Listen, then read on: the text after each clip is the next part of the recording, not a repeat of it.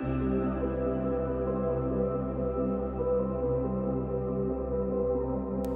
शांति। 1 अप्रैल 1978 की अव्यक्त मुरली है।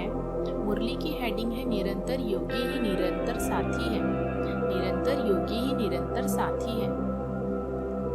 लंदन सेवा केंद्रों की मुख्य दादी जानकी तथा अन्य महारथी भाई बहनों की बैठक के समय अव्यक्त बाप दादा के उच्चारे महावाक्य, सदा शूरवीर व सदा तख्त व ताजधारी बनाने वाले, हर सेकंड हर संकल्प में श्रेष्ठ त्याग कराकर श्रेष्ठ भाग्य बनाने वाले, सर्व खजानों से संपन्न करने वाले शिव बाबा बोले, आज मायाजीत विजयी रत्नों का विशेष संगठन है।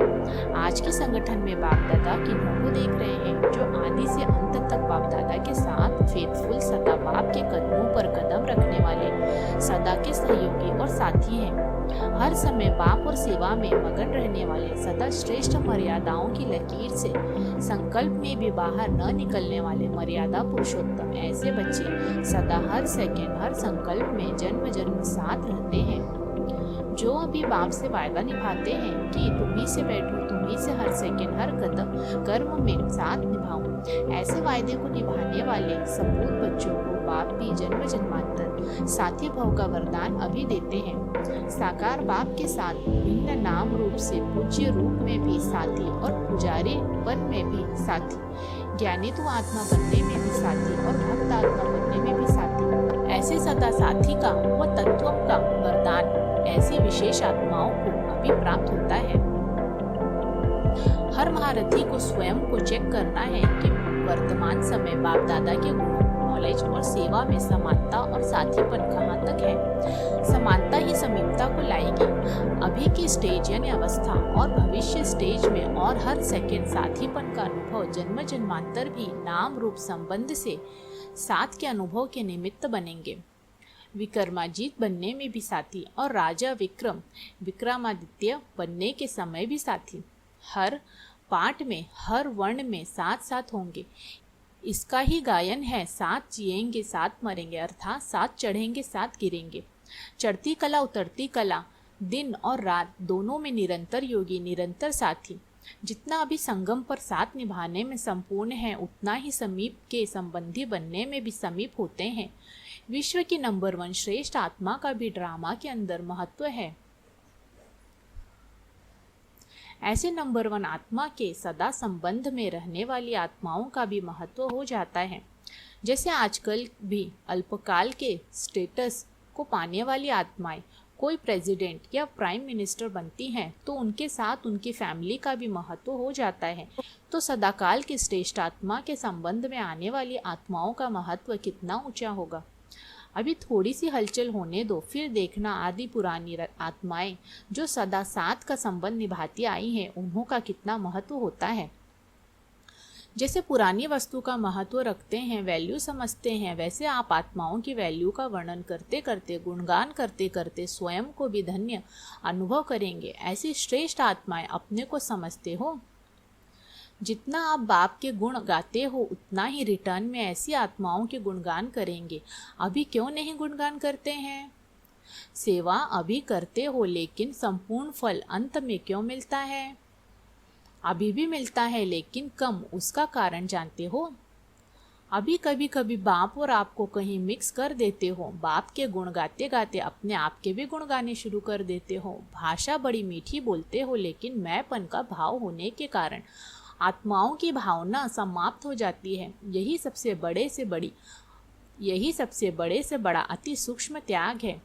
इसी त्याग के आधार पर नंबर 1 आत्मा ने नंबर 1 भाग्य बनाया, और अष्टरत्न नंबर का आधार भी यही त्याग है। हर सेकंड हर संकल्प में बाबा बाबा याद रहे, मैंपन समाप्त हो जाए। जब मैं नहीं तो मेरा भी नहीं। मेरा स्वभाव, मेरे संस्कार है, मेरी नेचर है, मेरा काम या ड्यूटी, मेरा नाम, मेरी शान, मैंपन में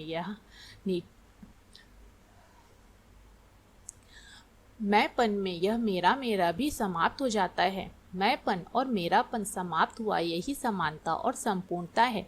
स्वप्न में भी मैंपन न हो, इसको कहा जाता है अश्वमेध यज्ञ में मैंपन के अश्व को स्वाहा करना। यही अंतिम आहुति है और इसी के आधार पर ही अंतिम विजय के नगाड़े बजेंगे। संगठन रूप में इस अंतिम आहुति का दिल से आवाज फैलाओ। फिर यह पांचों तत्व सदा सब प्रकार की सफलताओं की माला पहनाएंगे। अब तक तो तत्व भी सेवा में कहीं कहीं विघ्न रूप बनते हैं, लेकिन स्वाहा की आहुति देने से आरती उतारेंगे, खुशी के बाजे बजाएंगे। सब आत्माएं अपनी बहुत काल की इच्छाओं की प्राप्ति करते हुए महिमा की घुंघरू पहन नाचेंगी। तब तो अंतिम भक्ति के संस्कार मर्ज होंगे। ऐसी भक्त आत्माओं को भक्तपन का वरदान भी अभी ही आप इष्ट देव आत्मा द्वारा मिलेगा। कोई को भक्त तु आत्मा का वरदान, कोई को आत्मज्ञानी भव का वरदान। सर्व आत्माओं को अभी वरदानी बन वरदान देंगे। साकारी राज्य करने वालों को राज्य पद का वरदान देंगे। ऐसे वरदानी मूर्त कामधेनु आत्माएं बने हो। जो आत्मा जो मांगे तथास्तु। ऐसी आत्माओं को सदा समीप और साथी कहा जाता है। अच्छा, ऐसे सदा शूरवीर, सदा तख्त और ताजधारी, हर सेकेंड हर संकल्प में श्रेष्ठ त्याग से श्रेष्ठ भाग्य बनाने वाले, हर कदम में फॉलो करने वाले, हर समय सर्व खजानों से संपन्न अकूट खजाने से सदा संपूर्ण रहने वाले, लक्ष्य और लक्षण सदा संपूर्ण रखने वाले, ऐसे संपूर्ण श्रेष्ठ आत्माओं को बाप दादा का याद प्यार और नमस्ते। हम बच्चों का भी बाप दादा को याद प्यार, गुड मॉर्निंग और नमस्ते। दादी जी से मुलाकात, भविष्य का प्लान बनाना है, उसके लिए संगठन इकट्ठा किया है। क्या प्लान बनाएंगे? जो भी किया है वह तो बहुत अच्छा किया, और अभी जो करेंगे वह भी अच्छा। कोई भी प्रोग्राम व प्लान की सफलता का आधार क्या होता है? रिवाजी रीति भी किसी कार्य की सफलता का आधार क्या होता है? कोई भी प्रोग्राम को सफल बनाना चाहते हो तो क्या सोचते हो? अभी जो कॉन्फ्रेंस की तो उसकी विशेष सफलता का आधार क्या था? साधारण रीति से भी हर प्रोग्राम की सफलता का आधार विशेष व्यक्ति की पर्सनैलिटी का रहता है। जैसी पर्सनैलिटी वाला आएगा वैसा आवाज़ बुलंद होगा।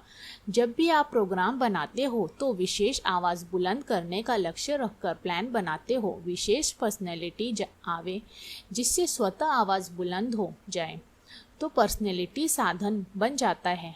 लौकिक पर्सनैलिटी वाले बाहर की आवाज़ फैलाने के निमित्त बनते हैं। वैसे आप विशेष निमित्त बने हुए सेवाधारियों की वर्तमान समय सेवा में पर्सनैलिटी चाहिए। पर्सनैलिटी मनुष्य को अपने तरफ आकर्षित करती है, तो वर्तमान समय की पर्सनैलिटी कौन सी चाहिए?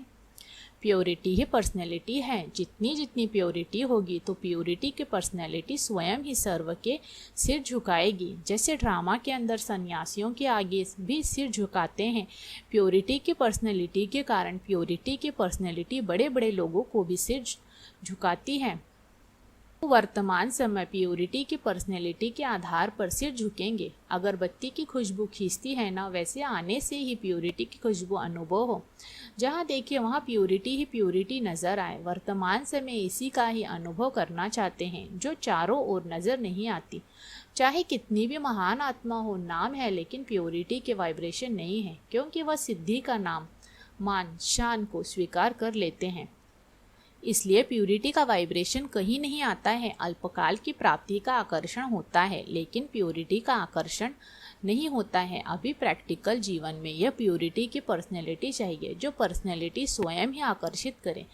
कहीं प्राइम मिनिस्टर आता है, पर्सनैलिटी है, तो सब स्वतः ही भागते हैं ना, तो यह पर्सनैलिटी सबसे नंबर 1 है। अभी यह प्लान बनाना, धर्मात्माओं को आकर्षित करने वाली भी यह पर्सनैलिटी है।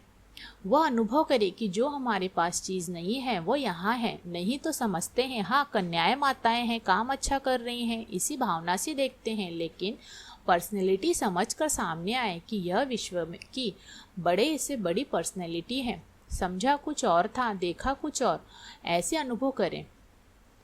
समझा कुछ और था, देखा कुछ और, ऐसे अनुभव करें। जो हमारी बुद्धि में बात नहीं है वो इन्हों के प्रैक्टिकल जीवन में है। यह है महारथी को नीचे गिराना। जैसे चींटी हाथी को भी गिरा देती है ना, तो इस पर्सनैलिटी में झुक जाए। अभी स्वयं का स्वरूप सर्व प्राप्तियों के चुंबक का स्वरूप चाहिए, जो स्वयं ही सर्व आकर्षित हो। जहाँ देखे जिसको देखे प्राप्ति का अनुभव हो, तो प्राप्ति ही चुंबक है और सर्व प्राप्ति स्वरूप ही चुंबक है।